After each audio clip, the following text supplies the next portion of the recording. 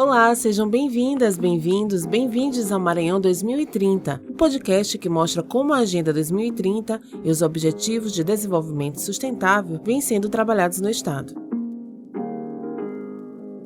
Você pode acompanhar o podcast no canal Direitos Humanos Maranhão no YouTube, em nosso perfil no Spotify Maranhão 2030 ou no seu agregador preferido. Assine e confira outros episódios dessa série. Já falamos sobre meio ambiente, educação, economia solidária e muito mais. Eu sou Daniele Moreira, jornalista da Secretaria dos Direitos Humanos e Participação Popular do Maranhão, a SEDPOP. E eu sou Guilherme Faria, assessor para a Agenda 2030, também na SEDPOP.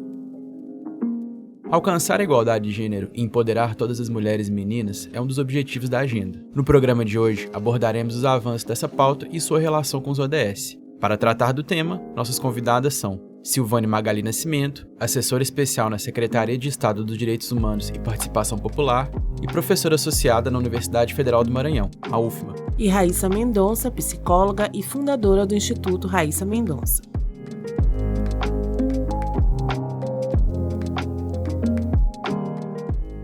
Os Objetivos de Desenvolvimento Sustentável fazem parte da Agenda 2030, que é literalmente um compromisso de todo mundo. Os 17 ODS foram incorporados pelos 193 países membros da Organização das Nações Unidas, a ONU. Estamos falando de uma chamada de ação para adotar medidas urgentes, com o objetivo de melhorar a qualidade de vida da população de norte a sul do planeta.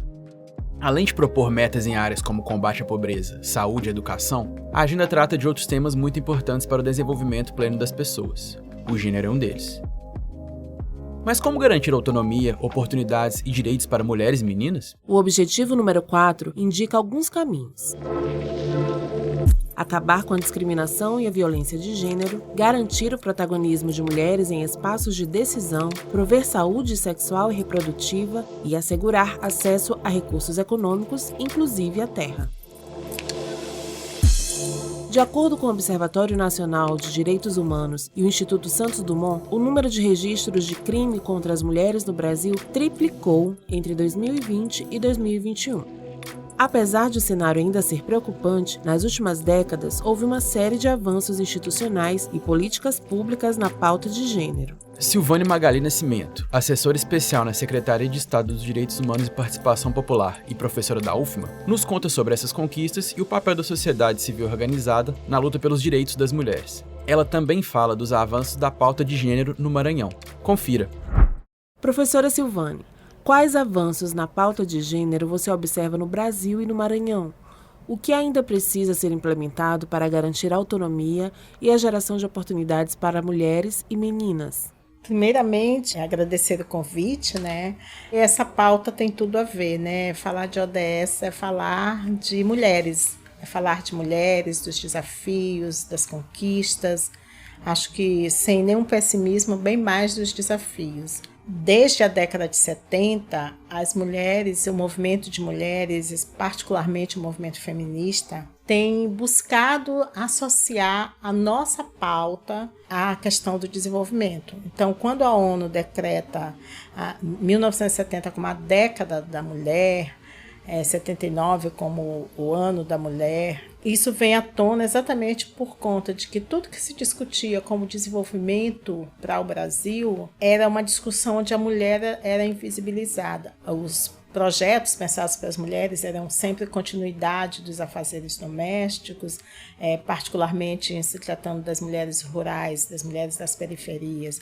Eram projetos em que elas precisariam conciliar o fazer da casa com a extensão disso, para conseguir renda, e atribuía-se às mulheres a função do cuidado do lar, o desenvolvimento naquela perspectiva de incorporação das mulheres, eram as mulheres cuidadoras e de uma visão bastante preconceituosa, do que era pensar a saúde, a educação, os cuidados para as mulheres da periferia, das mulheres dos espaços rurais, dos espaços urbanos mais pobres, como se o não desenvolvimento fosse causado exatamente por essa população que não tinha devidamente a saúde, a educação, ou seja, retira-se do Estado a responsabilidade para atribuir às famílias e mais particularmente às mulheres.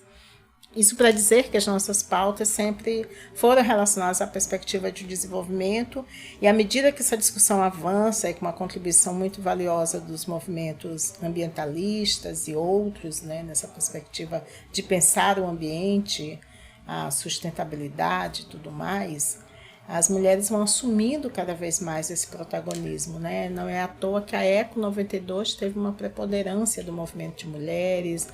À medida que se construiu um sistema de política para as mulheres, e aí nós vamos cada vez mais, isso é uma conquista muito grande, cada vez mais tendo presente essa discussão da sustentabilidade nas pautas estaduais também, nas pautas até de governos municipais, de diversos deles. Ou seja, nós conseguimos trazer essa discussão para dentro do Estado, para dentro das políticas públicas.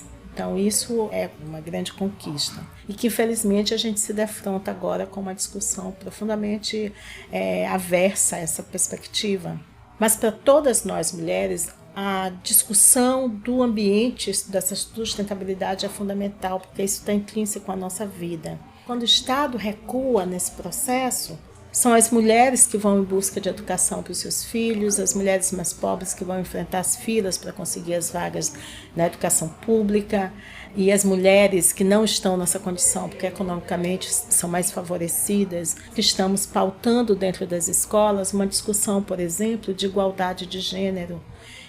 As mulheres indígenas e as mulheres quilombolas, por exemplo, vão ensinando para a sociedade o quão é importante valorizar os saberes ancestrais, né, as ervas, o cuidado com esse corpo, com essa harmonização. A lógica do cuidado com a vida, do cuidado com o ambiente, sempre foi uma relação muito próxima de nós mulheres. Então, acho que a gente coloca isso hoje com mais tranquilidade, porque somos mais enfileiradas nesse processo. A gente conseguiu extrapolar esse discurso de um ambiente acadêmico ou um ambiente estritamente da militância. Isso é fundamental. E é disso que eu estou falando. Como que a gente consegue extrapolar essa pauta antes mais restrita? E tudo isso tem a ver com a lógica do desenvolvimento. Isso tem a ver com a lógica de um ambiente sustentável, porque a água nos importa, porque a terra nos importa, porque a educação nos importa. A gente quer uma educação que se paute por essa lógica de pensar o mundo, de pensar o outro, de pensar o próximo, né? Então, tudo que está pautado como os objetivos do ODS dizem de respeito diretamente a nós mulheres. Professora Silvane, o Maranhão possui populações representativas, como mulheres quilombolas, indígenas, quebradeiras de coco e agricultoras familiares. Qual a relação dessas trabalhadoras com o meio ambiente e o desenvolvimento sustentável? Quais ações seriam importantes para que elas contribuam ainda mais com os ODS? Primeiro, vou responder o que é preciso que o Estado faça mais, né? Não basta só que a gente tenha publicizado essa questão, né? É preciso que o Estado efetivamente incorpore. Preciso que isso saia do campo do discurso para a efetivação de políticas, de ações. Isso é a questão fundamental para as mulheres quilombolas, para as mulheres indígenas, é o seu território. É o direito à sua terra e o direito à territorialização, que são os seus costumes, as suas tradições, e aí entram todos esses saberes, né? Sendo respeitados, sendo valorizados, sendo incorporados enquanto políticas públicas efetivamente. Não dá para falar em dia do índio, quando essa população continua, e sobretudo as mulheres, continuam profundamente expropriadas dos seus territórios e, consequentemente, dos recursos naturais que garantem alimentos, que garantem saúde, qualidade de vida em geral. Então, essa é a parte que cabe ao Estado. E às mulheres? Uma das questões fundamentais é massificar essa luta, né? Que as mulheres indígenas quilombolas consigam o mais possível fazer com que os discursos, suas práticas, seus conhecimentos ganhem espaços, né? E muitas delas e muitas lideranças têm conseguido fazer isso, inclusive com a minha geração chama há muitos anos da formação de novos quadros, né? Mas isso não se dá de uma forma isolada. Não são as mulheres indígenas sozinhas, as quilombolas, as quebradeiras de coco. elas vão se juntando e fazendo isso, mas isso se dá no crescente com outros movimentos, né? Um programa que é muito interessante, que é o programa de documentação rural, que dá acesso às mulheres rurais à documentação. Isso é fundamental, porque até a parte dos anos 90, as mulheres rurais no Brasil, elas não tinham documentação, então isso dificultava acesso às políticas públicas, dificultava crédito para os seus projetos, programas e, fundamentalmente, dificultava a sua aposentadoria. Então, essas mulheres passam a ter direito à documentação e isso é significativo, é simbólico para se sentir cidadão, né? Outro programa muito interessante, a Carreta Lilás, né, que vai para as comunidades, vai para os bairros, e além das orientações, dá acesso a diversos serviços, né, serviços de saúde. Agora, a política de enfrentamento às violências domésticas é a grande questão, a efetivação da Lei Maria da Penha. Então, assim, a gente consegue fazer um processo de mobilização, de formação de técnicos, de equipes, para o enfrentamento à violência nos estados e nos municípios. Mas isso ainda está muito aquém do que a realidade exige. Basta dizer os alarmantes números de feminicídio nesse país e no estado do Maranhão. No Maranhão, nós ainda temos um déficit muito grande em se tratando desse tema, porque nós ainda temos uma saída grande de homens dos espaços urbanos mais pobres, mas sobretudo do espaço rural, em busca de trabalho, em busca de emprego, em busca de renda. E temos comunidades onde as mulheres estão sozinhas com crianças e velhos. Então é fundamental que essas mulheres tenham condições de trabalho. Condições de trabalho não está se falando de empregabilidade, está se falando de poder dar condições de produção. E isso, mais uma vez afirmo, está muito ligado aos objetivos do desenvolvimento sustentável, que é o direito a esse espaço, né, com água, com terra, com tudo mais, né? Silvane, você gostaria de acrescentar algo mais a essa discussão?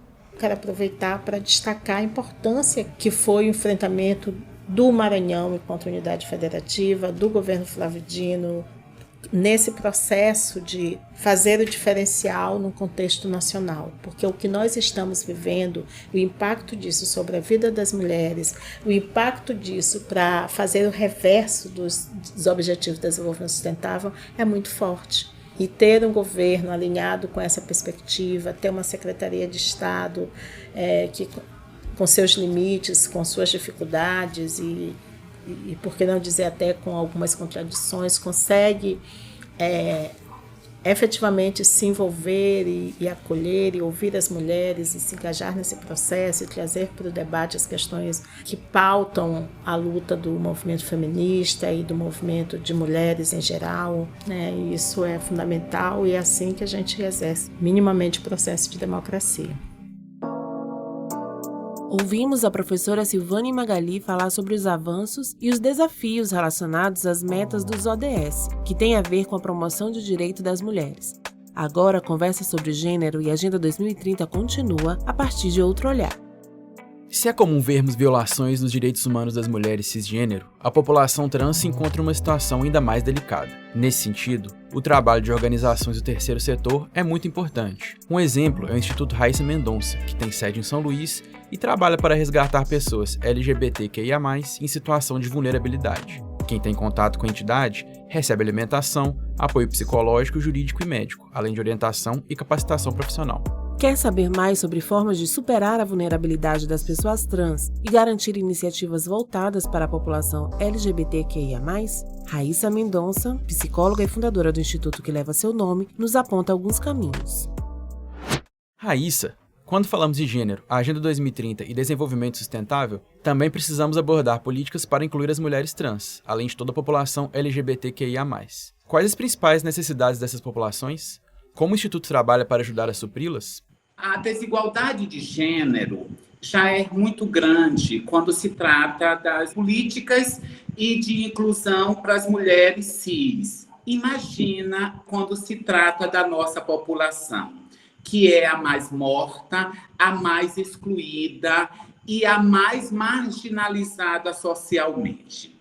O que é que o mercado nos diz? que a nossa população está fora do mesmo devido à sua falta de qualificação. Então, nós temos uma responsabilidade muito grande, uma contribuição muito grande a dar, um desafio maior ainda, eu digo, porque a nossa população não tem como ser qualificada, ser inserida no mercado de trabalho, se ela, 90%, não conclui nem o ensino fundamental.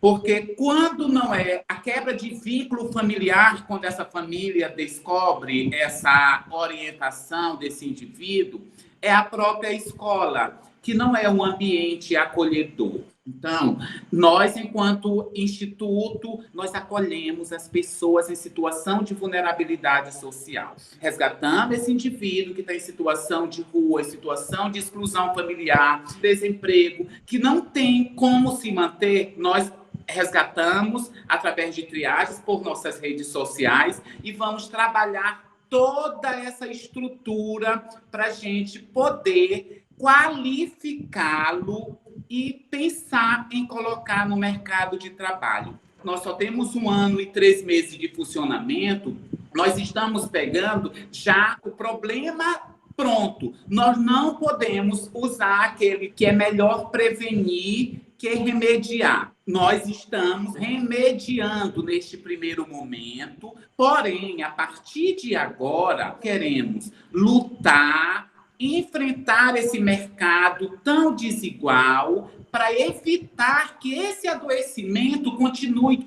Hoje, nós estamos aqui na nossa casa com um curso em parceria com uma instituição bancária privada, que é um curso de qualificação profissional. Vamos, após, diretamente buscar essas empresas, porque não adianta a gente qualificar, porque essas pessoas vão encontrar um não. Quando percebe que é uma mulher trans, que é um homem trans, eles sempre dizem: essa vaga já foi preenchida. Então, nós temos, além de lutar para conseguir a parceria, para qualificar a pessoa, nós ainda temos que fazer esse trabalho formiguinha de ir de empresa em empresa, pedindo para dar uma vaga para uma pessoa da nossa população.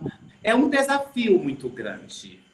Raíssa, você poderia descrever qual é o grau de vulnerabilidade das pessoas assistidas pelo Instituto? Muitas vezes, nós somos expulsos do nosso contexto familiar apenas por sermos quem somos. Chega na escola, não encontra o acolhimento que ele necessita.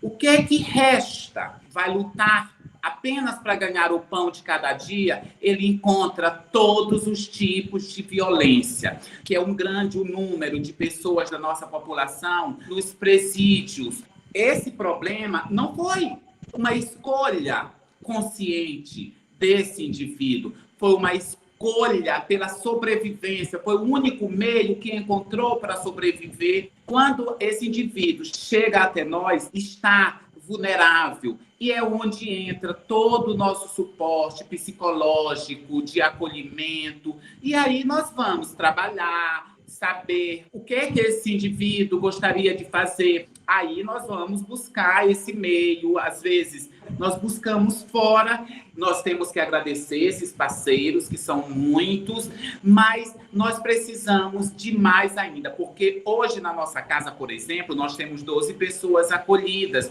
mas nós temos uma lista de espera de mais de 40 pessoas que sabe que aqui ele vai poder ser ele de verdade, vai ser respeitado na sua condição humana. Raíssa, geralmente as pessoas trans se encontram em situação de vulnerabilidade. Quais iniciativas, por parte do poder público, você acredita que sejam prioritárias para que elas consigam ter uma maior inserção social, autonomia e oportunidades? Quais avanços você observa no Maranhão? Houveram muitos avanços nas políticas públicas de igualdade de gênero, se tratando de mulheres cis. A nossa população trans, houveram avanços sim. Avanços que ainda não chegou na base, porque até hoje o Brasil é um dos países que mais mata pessoas LGBTs e principalmente a população trans. Você sabe que a nossa população feminina é o maior número no nosso Brasil. mas com uma pequena representatividade nos espaços de poder, nas câmaras e nas assembleias. Somente vamos conseguir, de fato, impactar quando nós elegermos representantes nossos, pessoas que conhecem as nossas dores. Então, eu acredito que somente vamos conseguir quando colocarmos em pleno funcionamento esse dispositivo da sororidade. Apenas quando a gente nos emanciparmos e tomarmos consciência do poder que temos para ressignificar o quadro atual. É o caminho, é o meio que eu acredito para a gente, de fato, atingir essas metas da ODS 2030. Raíssa, por favor, sinta-se à vontade para fazer suas considerações finais. Todos os avanços que tivemos até hoje, significativos, vieram pelo judiciário e não pelo legislativo, que é quem tem o dever de defender os nossos direitos. Semana passada mesmo, houve um mutirão de retificação de nome social.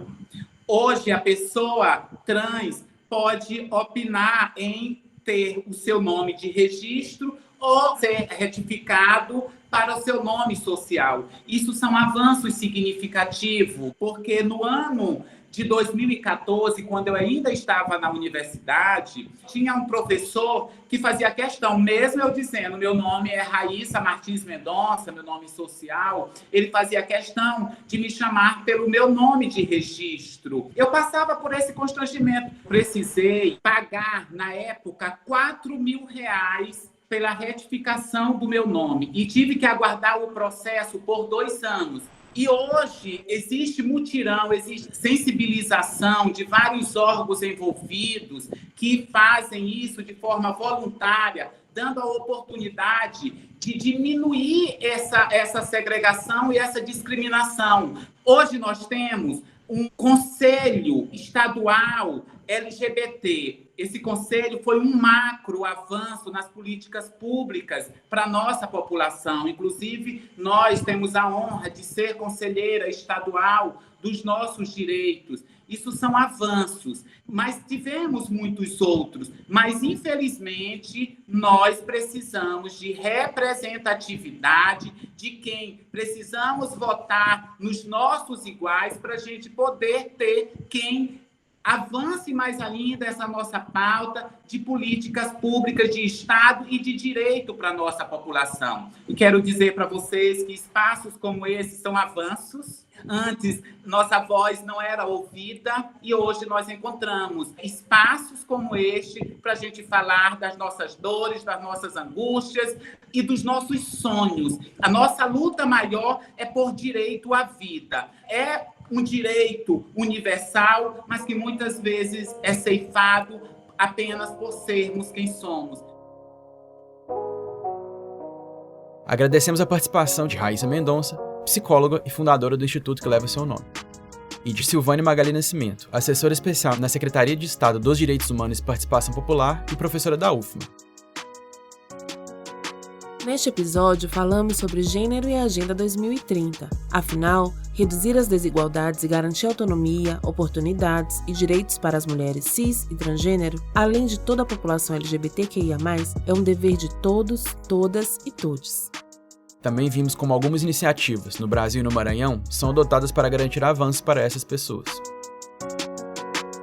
Você pode acompanhar o podcast no canal Direitos Humanos Maranhão no YouTube, em nosso perfil no Spotify ou no seu agregador de podcasts preferido. O Maranhão 2030 é uma produção da Secretaria de Estado dos Direitos Humanos e Participação Popular, em parceria com a Rádio Timbira. A produção e a redação foram feitas por Daniele Moreira, Guilherme Faria e Thales Figueiredo. A locução é de Daniele Moreira e Guilherme Farias, com trabalhos técnicos e edição de Thales Figueiredo. No próximo episódio, encerrando a primeira temporada do podcast Maranhão 2030, vamos conversar sobre saúde. A gente espera você. Até a próxima, nos vemos no último episódio.